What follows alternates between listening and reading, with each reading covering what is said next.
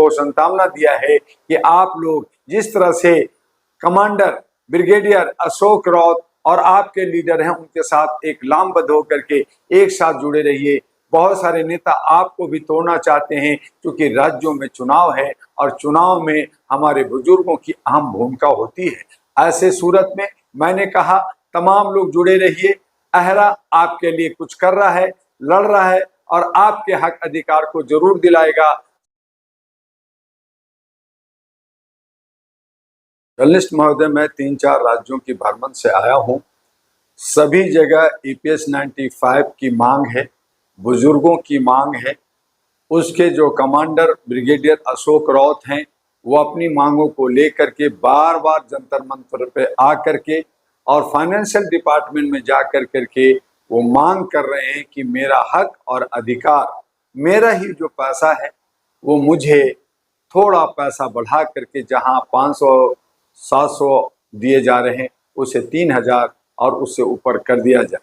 जो हमारा पैसा है, हम सरकार से भीख नहीं मांग रहे, हम सरकार से कोई जो है आरक्षण नहीं मांग रहे हैं, बल्कि जो हमारा पेंशन का पैसा है उस पेंशन का पैसा जायज बनता है। और भारत के तमाम राज्यों में हमारे जो ओल्ड एज के लोग हैं, बहुत सारे लोगों की डेथ हो गई है, उन्होंने मेरे हाथ को पकड़ा, कहा दुआ जी ये नहीं मान रही है सरकार, हम क्या करें। तो ऐसी सूरत में हमें रोना आता है, बुजुर्गों की मान सम्मान खतरे में दिखता है और ये पैसा खा करके बैठी है। हमारे बहुत सारे विधायक बीजेपी के लोग भी इस पक्ष में हैं कि EPS 95 का पेंशनधारियों को पैसा मिल जाए, लेकिन नहीं मिल रहा है। बहुत सारे हमारे जो पेंशनधारी हैं वो हमें लेटर लिख रहे हैं, हमें व्हाट्सएप कर रहे हैं कि क्या करें। हम सब लोग, हमने उन्हें कहा है, हमने उनको सांत्वना दिया है कि आप लोग जिस तरह से कमांडर ब्रिगेडियर अशोक राउत और आपके लीडर हैं उनके साथ एक लामबद्ध होकर के एक साथ जुड़े रहिए। बहुत सारे नेता आपको भी तोड़ना चाहते हैं क्योंकि राज्यों में चुनाव है और चुनाव में हमारे बुजुर्गों की अहम भूमिका होती है। ऐसे सूरत में मैंने कहा तमाम लोग जुड़े रहिए। अहरा आपके लिए कुछ कर रहा है, लड़ रहा है और आपके हक अधिकार को जरूर दिलाएगा।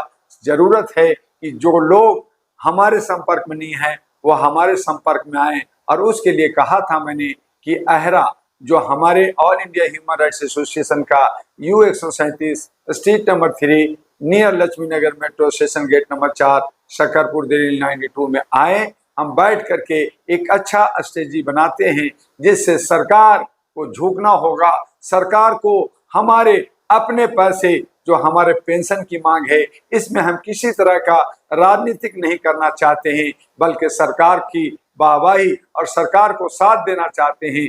बस वो इतना कर दें कि हमारे बुजुर्गों का EPS 95 का जो मांग है, जो पेंशन का मांग है, जो विधान है, उस विधान के अंदर वो हमारे पेंशन को बढ़ा कर करके कम से कम 3000 रुपया महीना हमें दे दें, हम खुश रहेंगे। और इसके लिए डॉक्टर दुआ वचनबद्ध है, इन्हें साथ दे रही है।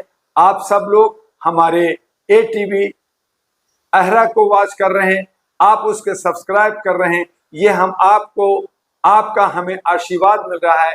ये चीज़ों को भी हम नज़रअंदाज नहीं कर सकते और कहीं ना कहीं आपकी आशीर्वाद मुझे चाहिए। और आपका जो ये दुआ है, नाम ही दुआ है, हम बुजुर्गों को दुआ देना चाहते हैं कि वो सुख और शांति के साथ, परिवार के साथ, और जो परिवार जो हमारे बुजुर्गों का मान सम्मान नहीं करता उस पे भी हम अंकुश लगाने के लिए आगे काम करते हैं। तो सब करीब 200 लोगों ने कमेंट करके सवाल पूछा कि हमारी उम्र करीब 75 साल हो गया है, हम कब तक इंतजार?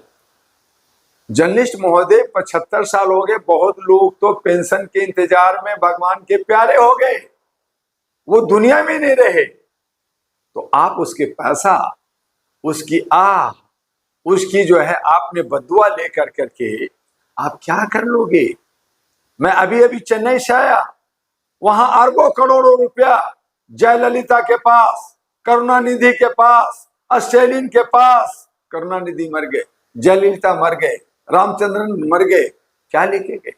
खाली हाथ आए थे, खाली हाथ जाएंगे। सभी नेताओं को कमोबेश यही है, लेकिन हाय तौबा है, हम करोड़ों अरबों रुपया जमा कर लें हम लोगों को लूट लें, हम गरीबों को बेरोजगार कर दें, हम जो है अशिक्षित कर दें, अस्वस्थ कर दें, तो ये बुजुर्गों का बुजुर्ग जो माँ बाप जिन्होंने हमें पाला पोसा है, जिन्होंने हमें राह दिया है, जिन्होंने हमें दशा दिशा दिया है, जिन्होंने हमें उंगली पकड़ के चलाया है, आज अगर हम उसकी सम्मान नहीं करते और ये कहते हैं कि हमने राम को उंगली पकड़ के लाया है, अरे आप भगवान को लाओगे? अरे इंसान की तो आप कदर करना नहीं जानते, आप जो है इंसान के हक और अधिकार नहीं देते, उनको आप सताते हो।